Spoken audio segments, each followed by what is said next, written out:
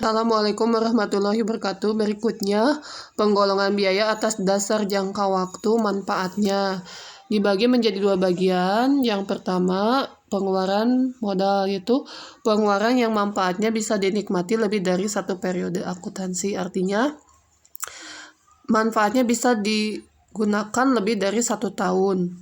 Contohnya seperti kendaraan bermotor yang tadinya usia kendaraan itu ditaksir 5 tahun, tetapi pada saat 5 tahun tersebut diganti ban, otomatis kendaraan tersebut usianya bisa lebih panjang.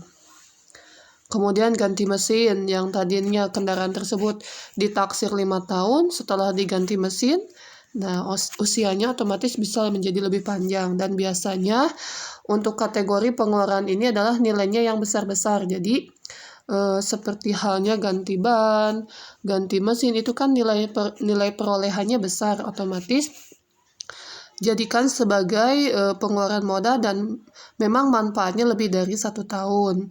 Kemudian pengeluaran pendapatan. Pengeluaran ini yang manfaatnya hanya digunakan untuk satu periode akuntansi.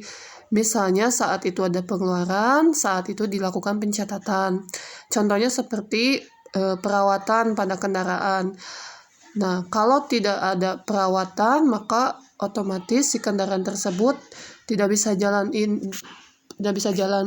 Pengeluaran ini termasuk pengeluaran yang sifatnya hanya untuk perawatan saja. Jika tidak dilakukan perawatan, otomatis kendaraan tersebut tidak jalan. Contohnya seperti ganti oli, kemudian check up rutinitas bulanan ya itu biasanya dilakukan supaya motor itu tetap jalan. Kalau tidak dilakukan, otomatis usianya bisa saja tidak 5 tahun, bahkan mungkin kurang dari 5 tahun kalau tidak dilakukan perawatan secara rutinitas. Nah, itu jenis-jenis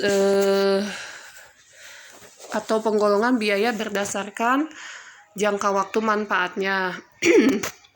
Kemudian berikutnya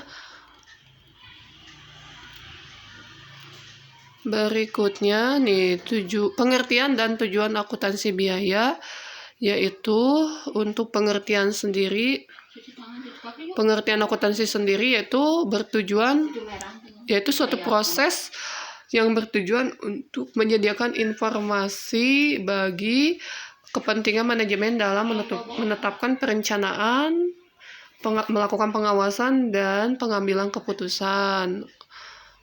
Nah, itu untuk akuntansi, untuk proses akuntansi. Nah, berikutnya untuk tujuannya sendiri yaitu menyediakan informasi harga pokok produk untuk kepentingan penyusunan laporan keuangan, di mana kalau sudah dibuatkan harga pokok produksi, baru bisa dibuatkan laporan keuangan. Jika belum dibuatkan laporan harga pokok produksi, maka belum bisa dibuatkan laporan keuangan.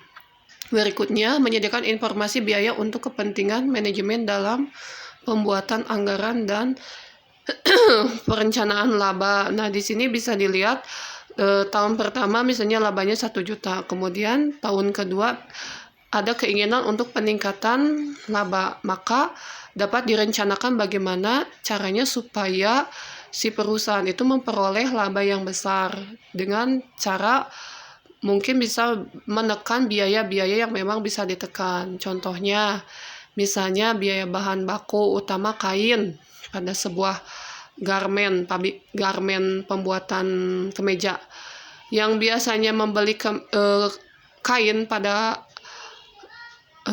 pemasok A itu dengan harga yang mahal.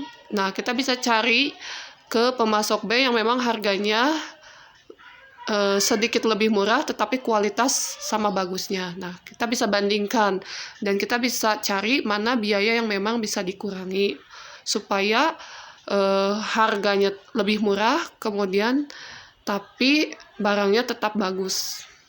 Berikutnya adalah menyediakan informasi biaya untuk kepentingan pengawasan biaya. Nah, di sini pihak-pihak manajemen bisa melakukan pengawasan terhadap biaya seperti pengawasan biaya bahan baku, kemudian biaya tenaga kerja. Nah, di sini kita awasi bagaimana biaya-biaya supaya tetap terkontrol, tetap terkendali untuk membuat suatu produk, di mana biaya tersebut kalau tidak diawasi mungkin akan lebih besar dibanding biaya yang ada pengawasannya. Jadi pengawasan biaya ini dimaksudkan untuk menekan biaya yang lebih ringan supaya tidak terjadi pencatatan double biaya atau pencatatan biaya yang salah. Nah, maka perlu dilakukan pengawasan biaya. Berikutnya adalah menyediakan informasi biaya untuk pengambilan keputusan yang khusus. Nah, di situ bisa dilihat bahwa informasi biaya ini